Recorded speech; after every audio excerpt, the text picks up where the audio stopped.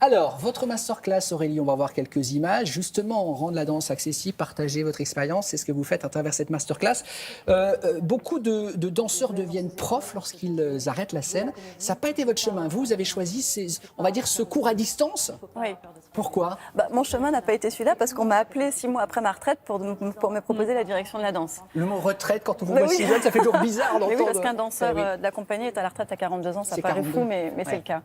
Alors, mais du coup, il y avait cette envie de transmettre? Oui, c'est ce que je fais la plupart du temps dans mes fonctions. Je passe beaucoup de temps en studio, je fais travailler le corps de ballet, donc les ensembles, je fais travailler également les étoiles, ce que je fais en ce moment sur Don Quichotte. Donc c'est vrai que je me suis dit, voilà, j'avais envie de travailler avec The Artist Academy, qui est une plateforme payante, sécurisée, où on peut acheter différentes masterclass.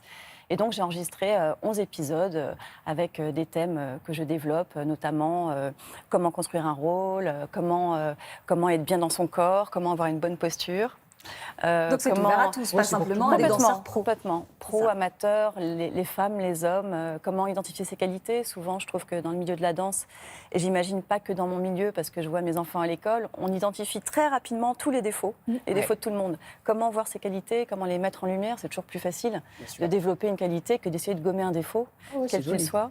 Donc voilà, je donne des exemples comme ça et des conseils. Je questionne aussi beaucoup. Et puis, par exemple, le rapport à la musique. Qu'est-ce que c'est la musique? Comment se servir de la musique lorsqu'on danse? Comment on envisage le chef d'orchestre? Moi, je trouve que le chef d'orchestre, c'est un peu le metteur en scène du spectacle. Voilà, donc il y a ça. Et puis, il y a aussi comment faire un chignon, comment briser des chaussons de danse. Comment bien les briser pour les faire tenir plus longtemps. Voilà, et comment les coudre, plein de petites choses comme ça. Et aussi, il y a tout un aspect sur la sensation et pas la forme. Je trouve que dans le ballet, en général, on parle beaucoup de forme. Et qu'est-ce que c'est la forme exacte? Et j'amène, tout d'un coup, on se redresse. Je me redresse. Et j'amène le public qui regardera ça à être plus dans la sensation. On parle de forme. Il a longtemps été aussi question de douleur, parce qu'on ne progressait que dans la douleur.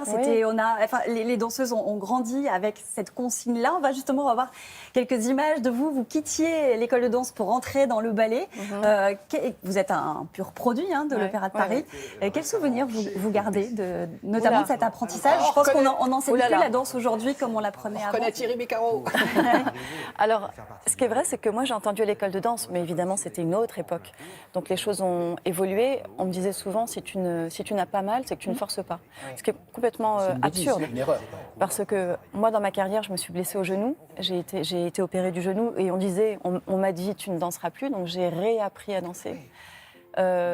Créer ma propre technique pour à la fois camoufler cet handicap pour pas que ça se voit et en même temps pouvoir profiter et prendre du plaisir en scène et faire exactement tout ce qu'on me demandait techniquement.